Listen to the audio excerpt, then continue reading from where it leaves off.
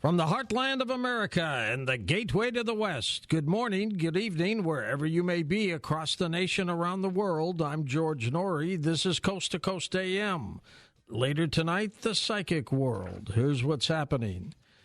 This is a bizarre story. The number of missing and runaway children in Ohio for this year is nearly double that of states with similar populations, sparking panic among parents and police, who in some towns can't keep up with the number of teenagers that they say could be running away. In this month alone, 45 children have been reported missing in the Cleveland area. They join the total of 1,072 who have been reported missing since the start of the year. Just unbelievable. Weird. The Federal Trade Commission and 17 states' attorney generals have filed a lawsuit against Amazon, accusing the company of illegally maintaining its monopoly power. As a result of its position in the marketplace, the company has allegedly driven up prices, overcharged sellers, and stifles competition, according to the FTC. Catherine Austin Fitz is with us here. Catherine, isn't this just pure marketing on Amazon's part? What's going on? Well, Amazon has conflict of interest between it's allowing sellers onto its marketplace, but then it's competing directly with them. And so there are many different issues involving, sort of the competition between them two. Now, here's what's interesting. You have the FTC bringing the case along with 17 attorney generals, and a very similar case was brought by California, which is not a party to, is not one of the 17 states. So they went independently a year earlier. And so you have an interesting combination of both federal and state powers or enforcement going after Amazon. If you read the complaint, George, there are two very interesting things. One is that it implies that it would ask for a structural relief, which means a breakup of Amazon. So if you remember the breakup of AT&T or the push to break up Microsoft, they are going for a complete restructuring of the company. So that's pretty interesting when you have that many state AGs. The other thing is, if you look at the complaint, an enormous amount of it is redacted, so you can't read it. And I don't know enough about antitrust law to know sort of why that would be so when you have a government agency bringing a complaint on behalf of taxpayers. So big questions about what the legal issues are here. The other thing that's very interesting about this is if you look at what gives Amazon its most clout as a company, is the fact that it has an enormous amount of federal contracts.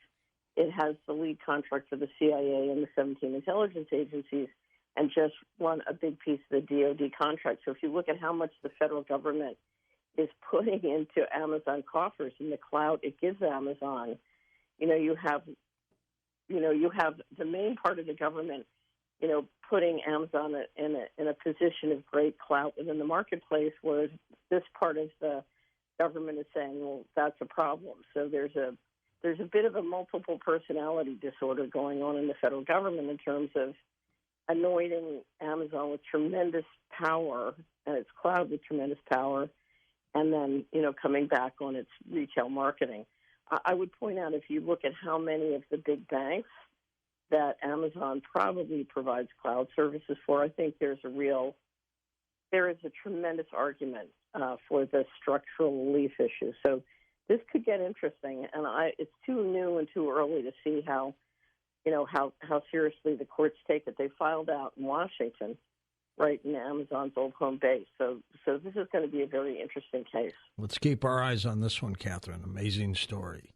The U.S. House and Senate plan to take sharply different paths in a high-stakes spending battle, with just 5 days remaining until a deadline that could force wide swaths of the government to shut down for the fourth time in a decade. Let's check in with online columnist Dr. John Curtis. Are they going to shut the country down again, John? It sure looks that way. And I think it's, all the optimists out there thinking that somehow there's going to be some last-ditch rescue here, I think is a little unrealistic. First of all, the House, is really putting a lot of pressure on McCarthy right now, House Speaker McCarthy, to meet with Biden, which is a non-starter, George. Biden has not been available to any of the House members to negotiate about anything. So it's been a one-sided negotiation, essentially the White House saying, you either take it without restrictions or leave it. And I think, the government, the Republicans right now, I know Mark McCarthy's kind of, sitting on a fence a little bit, or it appears that way, but he really isn't, because, the chances of him coming out with a deal with Biden are slim and not. First of all, they don't want, to fund this Ukraine war any longer. And that's not going to happen because there are too many Republicans and Democrats in the House that want to fund the war. The other thing is border security. The Republicans want something in on border security, not just Ukraine war funding. So I think the parties are too far off right now, and a shutdown is going to force them all with a lot of pressure in order to make some concessions on not just the continuing budget resolution, which the Republican side does not want. They want an actual yearly spending bill.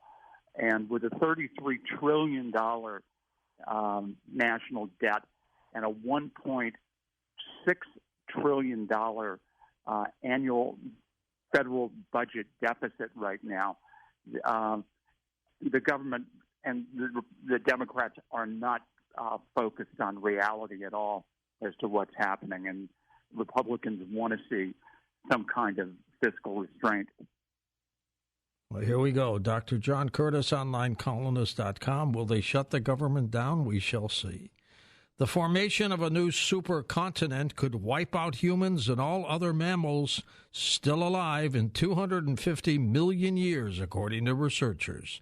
Using the first-ever supercomputer climate models for the distant future, scientists from the University of Bristol in the United Kingdom predicted how climate extremes would intensify after the world's continents merged to form one supercontinent, Pangea Ultima, they call it, in around 250 million years, something that you folks don't have to worry about.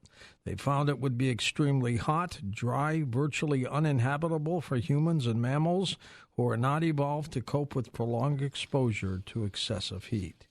In a moment, L.A. Marzulli back with us, his latest work on cattle mutilations coming up, and take a look at the trailer that we've got right under his story headline. You will love it. He's next on Coast to Coast AM. And welcome back to Coast. George Norrie with you. L.A. Marzulli back with us, author, lecturer, filmmaker. He has penned many books, including the Nephilim trilogy, received an honorary doctorate for the series from the Pacific International University. L.A. has lectured on the subjects of UFOs, the Nephilim, the ancient prophetic texts, presenting his incredible research at conferences and churches, as well as appearances and interviews on media outlets worldwide. His latest film he's working on, it's called Cattle Mutilations, The Calling Card of Darkness. We have a trailer of that at coasttocoastam.com. L.A., welcome back, my friend. How are you? I'm great, George. Thanks for having me on. Appreciate it. Boy, more work for you. Cattle Mutilations. Tell me what steered you into that direction. Well, we just, right now it's a 7-part series. It'll be 9 parts. I think when we're done, we're trying to get all 9 out before the end of the year. Number 7 is on the Roswell. There's actually two films on that, Roswell 1, Roswell 2. We were up in Montana visiting Linda Marcel, Jesse Marcel's widow. So it's kind of a unique angle, Roswell 1 anyway. And we also went to the debris field, but I'm getting way ahead of myself. So, I know Chuck Zukowski from the Watchers days, and we finally flew into Colorado, met with Chuck. Chuck sort of acted as a producer. He had people that we could basically interview. I remember, and this goes back, decades, literally. I was at a UFO conference in the 90s. Lyndon Moulton Howe had just come out with Strange Harvest. I bought the DVD. I'm not sure whether Linda was there or not. She might have been. I want to say she was. But at any rate, I got the DVD. I came home, put the thing in, and I got to tell you, this is in the early days. I watched 10 minutes of it and turned it off. and went, oh my gosh, what is going on here? And then I would wait a couple of days, watch, another 10 minutes of it, 15 minutes of it, turn it off. It was so disturbing. There was nothing in my grid system to handle the information. This was all, you've got to be kidding me. It's not predators. It's not, what are we looking at here? And so I knew that in our series, which again is 9 parts, that we had to tackle the cattle mutilation phenomena, and we do. Hats off to my business partner, Gil Zimmerman, who now has teamed up. Gil and I have worked on 6 films, specifically with this series, and Gil's great. We work on the editing together, and Gil is a director of cinematography. He was actually at Disney and DreamWorks for 30 years, so this guy is an A player, as it were, and we're just, proud to have him with us. And I look at him sometimes and go, what are you doing with me? But it's great. He's a great guy, and we have a lot of fun together out on the road. But this was the darkest film I've ever been involved in, hands down. Well, when Linda Moulton Howe jumps into a topic, and she's a great journalist, yes, she digs her way into it big time, and she is very factual with what she does. Very much so. So I can only believe that this cattle mutilations film you've done has got that same kind of quality behind it. Well, that's a real compliment. I would like to think so. Chuck Zukowski, of course, was paramount in this whole thing. Chuck is Mr. Cattle Mutilation in some ways. He's been out, and he was able to hook us up with other people. But it's a very disturbing phenomenon, George, and it's been going on for decades. Even you could go back 100 years, 150 years, and you start to see reports of these things. So something very bizarre, very strange. To quote Linda's work, "Strange Harvest." There is a strange, very strange harvest that is going on and continues. Just recently, several months ago, I'm sure you knew about it. Coast probably had it up on the banner. There were cattle mutilations. Six cattle were mutilated in Texas. Yep. Tongues cored out, sex organs cored out, and law officials can't bring anybody. They don't know what's going on, and this is why we have to make the film, because, in my opinion, it's inexorably tied in to the UFO phenomena. And to those of you who are brand new to the field of ufology, L.A., explain cattle mutilations and what the overall scope is of this phenomena.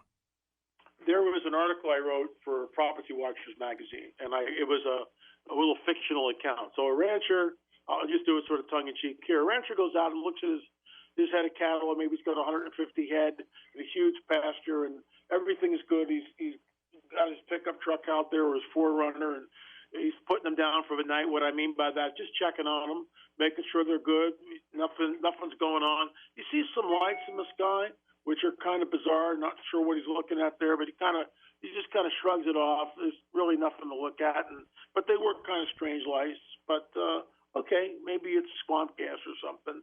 And he looks at the herd, and the herd's quiet, and everything's good. He goes back in, gets dinner, goes to sleep. Next morning, he gets out, checks on the herd. The herd has moved to one corner of the field, and there, near him, is a cow laying down. It looks like it's dead. He gets out, opens up the gate, walks into the field, realizes that the cow has been mutilated. The tongue is gone, the eye is gone, the sex organs are cored out. The animal is ripped open, but surgically done, not like a coyote or right. Not like it was attacked. It's precision. No, nothing like that. It's all these cuts are done with surgical precision, and there's absolutely no blood in the animal at all. And he's never seen one, doesn't know what he's looking at. He's terrified. He's absolutely terrified. He goes out and gets his wife and his kids. They come look at it. Now they're fearful, and it's a trickle down thing from there. But cattle mutilations have been going on. Different parts are taken. Pretty much across the board, all the blood is drained from the animal. We're talking 6 gallons of blood. So if there's a predator, where does the blood go, number one? Number two, the coyotes and the vultures and all the scavengers never get near the carcass. They just leave it alone. So something really strange, there's strange harvest again, something bizarre and strange and very unsettling is going on. And whoever does it with impunity and does it with great deliberation. by placing that animal back in the farmer's field, that in the rancher's field. That, in my opinion, is very, very deliberate. Is it scary, or is there a science behind the mutilations? Well, there's a science behind it because all the blood is drained, different pieces of the animal, different parts of the animal are taken. It can be the lungs, it can be the heart. Most of the time it's the sex organs, the tongue, the eye, the ear, the jaw is completely stripped of flesh. It's grisly. It's bizarre. I've never seen one live. I've got pictures right next to me. People have sent them in. Some of these things are from the 60s and the 70s. Of course, Chuck Zukowski, once again, thank you, Chuck, for giving us footage and film and drone footage and hooking us up with the people that we spoke to who had mutilations. And they're, the people that I talked to are very unsettled by it. Rancher Miller, for instance, he's had 16 cows mutilated since he was a rancher. And it's, of course, the first one is incredibly unsettling. After 16, you're not used to it by any means. It's still very unsettling. Right. But there's a familiarity with it, at least. Here's another one. And after 16 of them, there's one, I remember seeing this on UFO Hunters a while back when the show was on. There was one rancher that they interviewed, and this guy kept getting hit. He was terrified. He was absolutely terrified. Because something comes in and removes the cow, does this, desecrates the cow, and then places that animal back in the pasture. Again, it's deliberate. Whoever does this, and I think we know who's doing it, moves with impunity, does so with impunity. Law enforcement has never, ever, in decades, brought anyone to justice at all. It's not a satanic cult. It's not a prank. These cuts are done with surgical precision. How does that happen? And there are no human footprints around or anything like that. There's no animal footprints, no signs of struggle, nothing like that at all.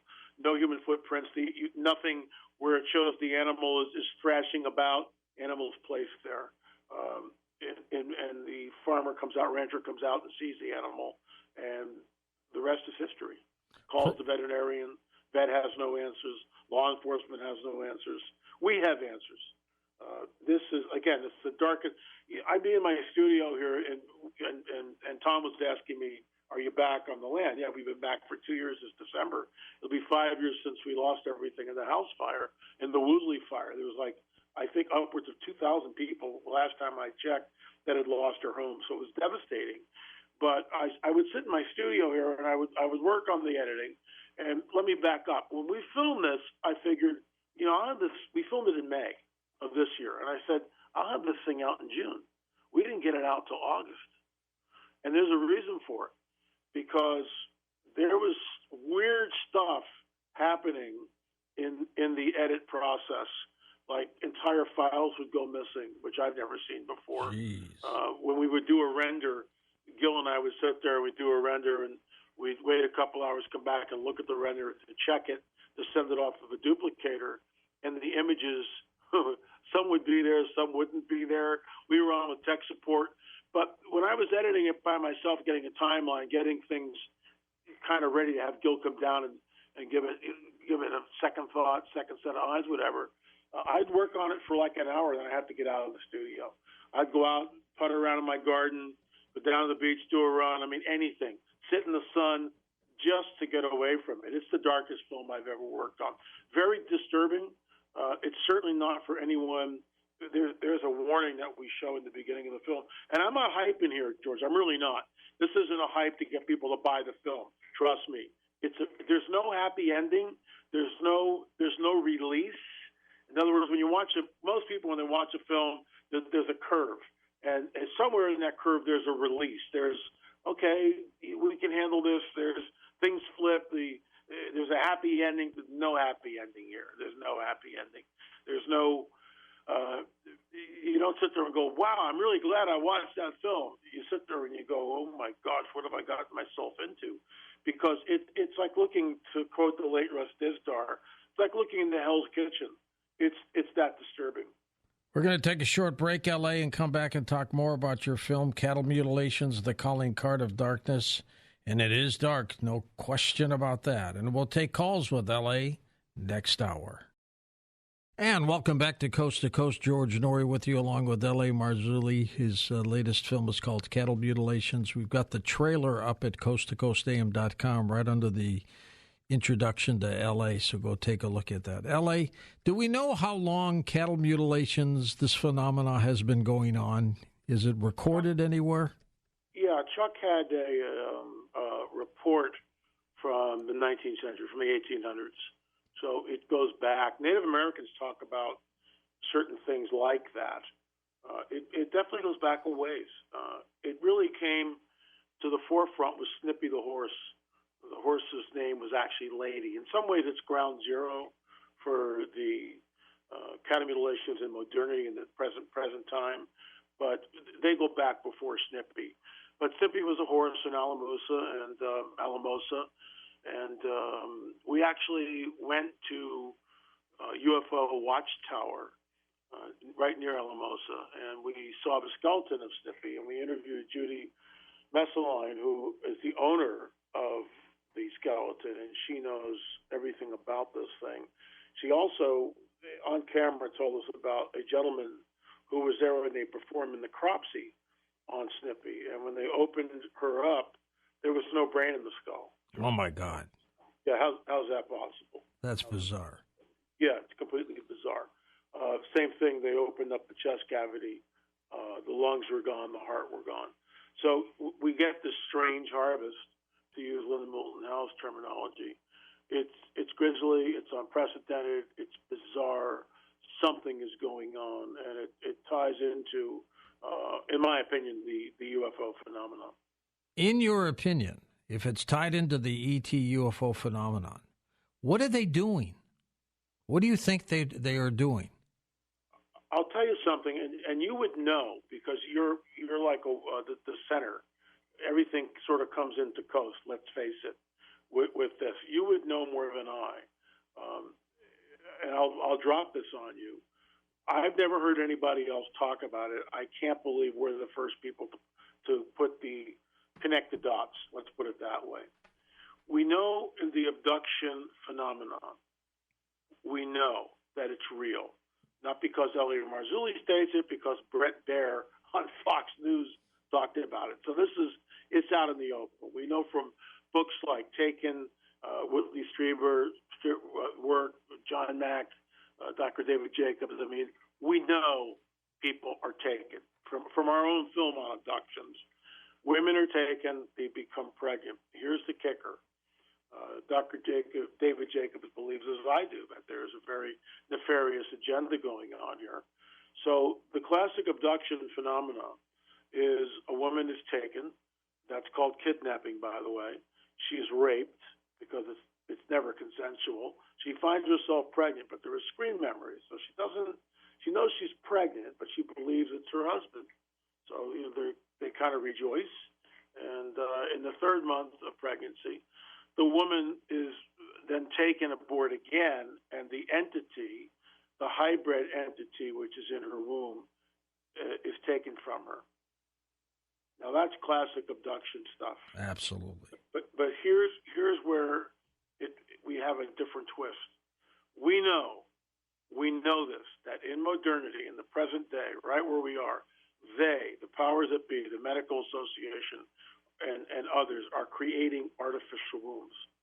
We know that. We also know that cow blood, bovine blood, can be used in transfusion, in human transfusions. It's been certified by the FDA. You can go online, you can check that. I'm making this stuff up. So cow's blood can be used in human transfusions. So when we connect the dots, all right, you've got a woman who is pregnant, and this is classic. She's re-abducted in the third month of pregnancy. That hybrid child, if I can use that term, is taken from her. It needs some place to come into full maturity. Can't survive outside the womb. They, ET, whatever you want to call these entities, in the nefarious agenda, in my opinion, are creating artificial wombs from the materials that they get from the cows or whatever. The blood can be used in the transfusions. They are creating artificial womb. This entity taken from the human female is then transferred into this artificial womb where it grows into maturity. And then you get the hybrids. And I think one of the keys to all of this is what you've just said, the missing blood. Mm-hmm. Truly remarkable. You interviewed a rancher who lost 16 head of cattle. 16 head of cattle. And in the film, I asked him, I kind of put him on the spot. And I go, let me ask you, Rancher Miller, is this a good thing? And he goes, well, what do you mean? And I go, well, are you glad when they mutilate a cow? He goes, absolutely not. I say, what is the fear factor here from 1 to 10? And he kind of thinks about it and shuffles a little bit and looks right at me and goes, it's about an 8, which probably means it's more like a 10. But he says it's about an 8. You get kind of used to it, but it's about an 8. And I said, well, how? Again, this is all in the film. How do you deal with this? You're terrified. Your wife's terrified. The veterinarian comes out. He's terrified. You're looking at something which is grisly, which is unnatural, which is supernatural, paranormal, whatever words you want to put on it. It's incredibly unsettling. Also, which we found really bizarre, this guy lives out in the middle of nowhere. He's got like 1,000 acres or something, okay? In front of his house, there's a stretch of road, George, and it's dead straight. It's not dead man's curve. It's dead straight. There's no movement at all. There's no turn. It's a 2-lane country road. There's never hardly anybody on it. I walked it. We filmed it. There's been 12 fatalities there since that rancher was there. 12 fatalities within a mile stretch. Within a mile stretch. And when I found that out, I just went, oh my gosh, what are we looking at here? What's going on? And what's amazing is the ranch right next door to Rancher Miller's, no cattle mutilations. It's all there, right there on his ranch. 16 head. Very strange. What does law enforcement say about any of this, L.A.? Well, they come out, they look at it, and some of these guys will, hem and haw, well, maybe it's a satanic cult. It's not a satanic cult. Maybe it's predators, and it's not a predator because the scavengers won't touch it. The cuts are done with, George, I can't emphasize this enough. The cuts are done with surgical precision. It's not some guy out there with a hunting knife. No, this is like a degreed surgeon doing these things. It is unbelievable. It's very disturbing. So law enforcement comes out, looks at it, writes up a report, takes a bunch of pictures, goes back in. Now it's at the point where some ranchers won't even report it. We show this in the film. It's so commonplace that ranchers just don't want the publicity. They don't want to get involved with law enforcement or the local vet or any of this stuff, so they don't report it. But it's ongoing. It has been ongoing, and that's why we think it is used in the breeding program. It is used to create artificial wombs for the hybrids. Paraphrase from the Bible, Daniel 2:43. It is, and remember, this is written 2,500 years ago. And this is why the guidebook of the supernatural is so important, because it gives us a window into what to expect. It's not, it doesn't give us, bullet point by bullet point, but in some ways it does do that. But these are prophetic words. And this messenger, which appears to Daniel, states this. Hey, Dan, I'm paraphrasing. Seal up the words in this book. In other words, what I'm telling you to write, but seal it up because people aren't going to understand it. Then he gives us what I call a supernatural clue. Men and women will run to and fro over the face of the earth, and knowledge will increase. So until the time of the end. He says, seal up the words until the time of the end. And then he tells us what the time of the end looks like. Knowledge will increase. Men and women will run to and fro over the face of the earth. Well, 2,500 years ago, no one was running to and fro over the face of the earth. Welcome to the advent of the airplane. As we're speaking, men and women are flying to and fro over the face of the earth as we speak. Knowledge increases now exponentially. We're in the window of time where the book is unsealed, in my opinion. And other biblical scholars would concur on that.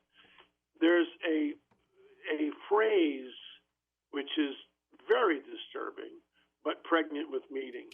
And it says this, Daniel 2, chapter 2, verse 43. They will mingle their seed with the seed of men, but they will not cleave to them. The word cleave is what we get way back in Genesis. A man will leave his mother and father and cleave to his wife. It's a marriage contract is what this is. There's no marriage contract here. No marriage contract. And who are they? Their seed will mingle with the seed of men. Well, it's not men, certainly not animals. So who are we talking about here?